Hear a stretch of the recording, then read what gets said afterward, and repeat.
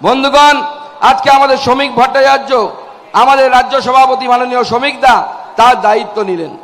আমি আজকে বয়সে নবীন, আমি আপাতত প্রাক্তন সভাপতি, আর মাননীয় শ্রমিক দা বয়সে প্রবীণ, কিন্তু তিনি আজকে নবীন বরণ হলো, আজকে তাকে আমরা বরণ করে নিলাম রাজ্য সভাপতি হিসাবে।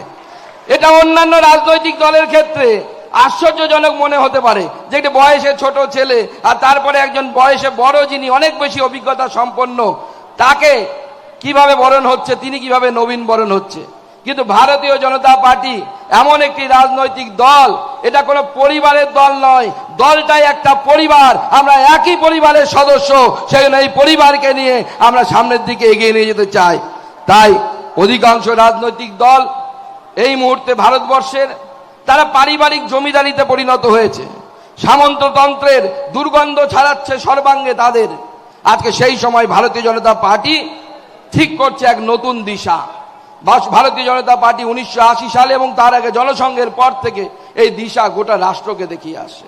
এখানে 50টি জমির প্লটের মালিকের পরিবার থেকে রাজ্যের ক্ষমতা তার হাতে দেয়া হয় না। এখানে এই পার্টি সাহস দেখায় যে এই কলকাতা থেকে 400 কিলোমিটার দূরে থাকা একজন সাধারণ অধ্যাপক মধ্যবিত্ত বাড়ির সন্তানকে নিয়ে এসে রাজ্য সভাপতির দায়িত্ব দিতে। এটা আমাদের নরেন্দ্র মোদীর নেতৃত্বে ভারতীয় জনতা পার্টি পড়ে। আবার সেই নরেন্দ্র মোদীর নেতৃত্বে ভারতীয় জনতা পার্টি শ্রমিক ভট্টাচার্যের মতো একজন প্রবীণ নেতা, তাকে সেই দায়িত্ব দেওয়ার ব্যবস্থা হয়। আজকে আমি এই বিজেপিতে আমাদের প্রথম কাল থেকে যারা বিখ্যাত মানুষ, যারা এই ভারতীয় জনতা পার্টিকে যারা প্রত্যেকেই তাদের নেতৃত্ব গুণ দিয়ে বিকাশ করিয়েছেন, তাদেরকে স্মরণ করতে চাই।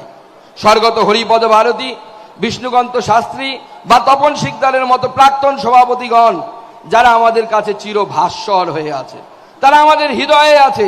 তারা হয়তো আমাদের মাঝে নেই, কিন্তু তারা আমাদের হৃদয়ে এসে তারা আমাদেরকে পথ দেখাচ্ছে যে আগামী দিনে আমাদের কোন জায়গায় যেতে হবে।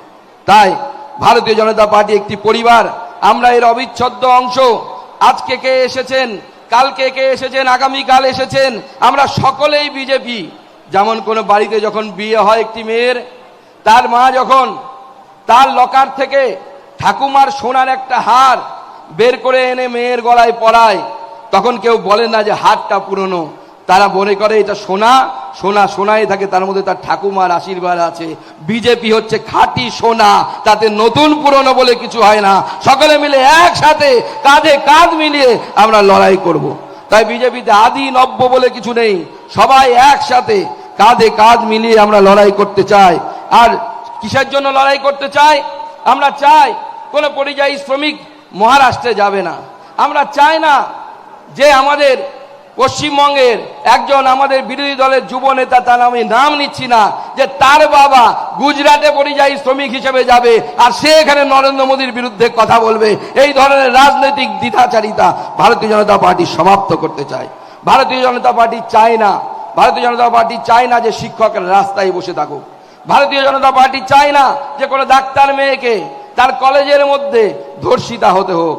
ভারতীয় জনতা পার্টি চায় না যে কসবাতে কোনো একটি ল কলেজের মধ্যে একটি ছাত্রীকে তার কলেজের সহপাঠী নেতার দ্বারা বা প্রাক্তন নেতার ছাত্র নেতার দ্বারা তাকে ধর্ষিতা হতে হয়।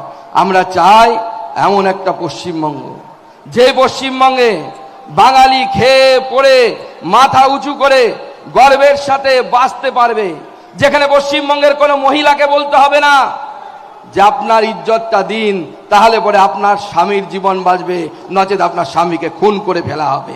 এই ধরনের বক্তব্য যাতে পশ্চিমবঙ্গে শুনতে না হয়, তার জন্য আমাদের লড়াই। আমার আজকে মনে পড়ছে যে পশ্চিমবঙ্গকে মমতা বন্দ্যোপাধ্যায় এবং তৃণমূল কংগ্রেস কোথায় পৌঁছে দিয়েছে। পুরুলিয়ার সেই দুলাল কুমারের কথা মনে পড়ছে, যে কর্মীরা অক্লান্ত পরিশ্রম করেছে, তাকে ইলেকট্রিকের তার থেকে ঝুলিয়ে দেওয়া হয়েছে, বলা হয়েছে যে সে নাকি আত্মহত্যা করেছে। কিন্তু গতকাল একটা বিরাট বড় জিনিস আমাদের সামনে এসেছে। গতকাল তার সিবিআই তার চার্জশিটে আমাদের এক কর্মী, তাকে খুন করার জন্য তৃণমূলের বিধায়ক তাপস পাল সহ সবার যারা তৃণমূলের সেখানে কাউন্সিলর ছিলেন তাদের নাম সেখানে চার্জশিটে উল্লেখ করেছে। তাদেরকে আগামী দিনে জেলে যেতে হবে।